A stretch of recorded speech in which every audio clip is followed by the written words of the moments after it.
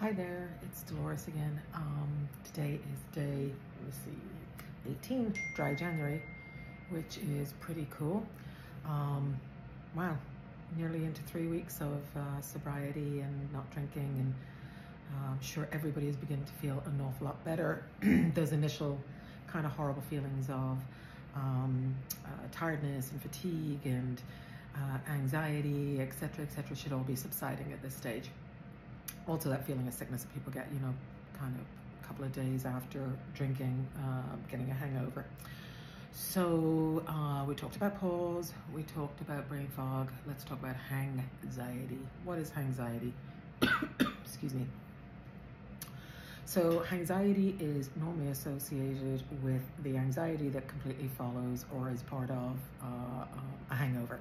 So it's normally, post couple of days after we have been drinking, and it can come and go. Some people get over it quite quickly, but what is it in and of itself? It is that kind of feeling of fear or dread, or oh my God, what did I do? Or did I drunk text an ex-boyfriend, etc., and it kind of leaves you with this horrible feeling of uneasiness and dread. So that's one of the great things about not drinking, is that you don't have to worry about that anxiety. But having said that, okay, it can persist beyond, as I said, it can persist beyond 2 or 3 weeks. And I've been treating an awful lot of clients for the past, pretty much the past 15 years for alcohol use disorder and for substance use disorders. And I really can go out on a limb here and say that for most of my individuals who I've treated and who've been using, they have had an underlying condition such as anxiety, depression, PTSD.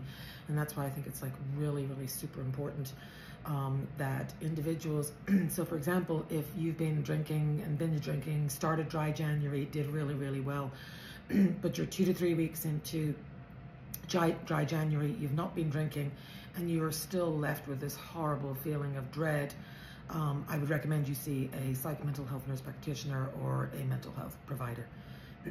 One of the reasons for this is because what we resist persists, and you end up getting into this kind of spiral or this cycle whereby, you have anxiety, you drink to calm the anxiety, wake up the following morning with hangxiety, feel better a couple of days later, but then the anxiety creeps back in, underlying anxiety, and then you drink again. So you just start this cycle all over again.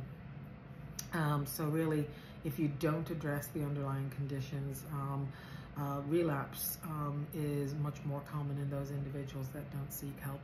So basically, see a mental health professional. Do all of those good self-care things to relieve anxiety.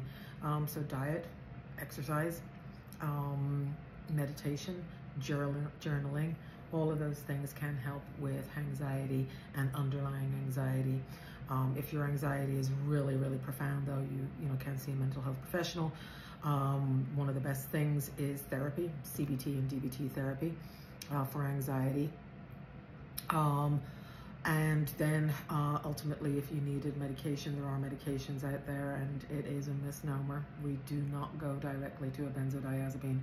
In actual fact, benzos are, pretty much contraindicated in a lot of situations. They're only short-term use, but there are some other really, really great medications out there, along with a holistic approach, diet, exercise, therapy, that will help you with anxiety and underlying anxiety, okay? So again, if you have any questions, Dolores, Open Door Wellness, just send me a message, DM me, and I'll answer any questions that you have. Again, not intended as medical advice. This is just educational. I have been doing it a while, so I tend to see this every single day with my clients. Thanks. Have a great day. Bye.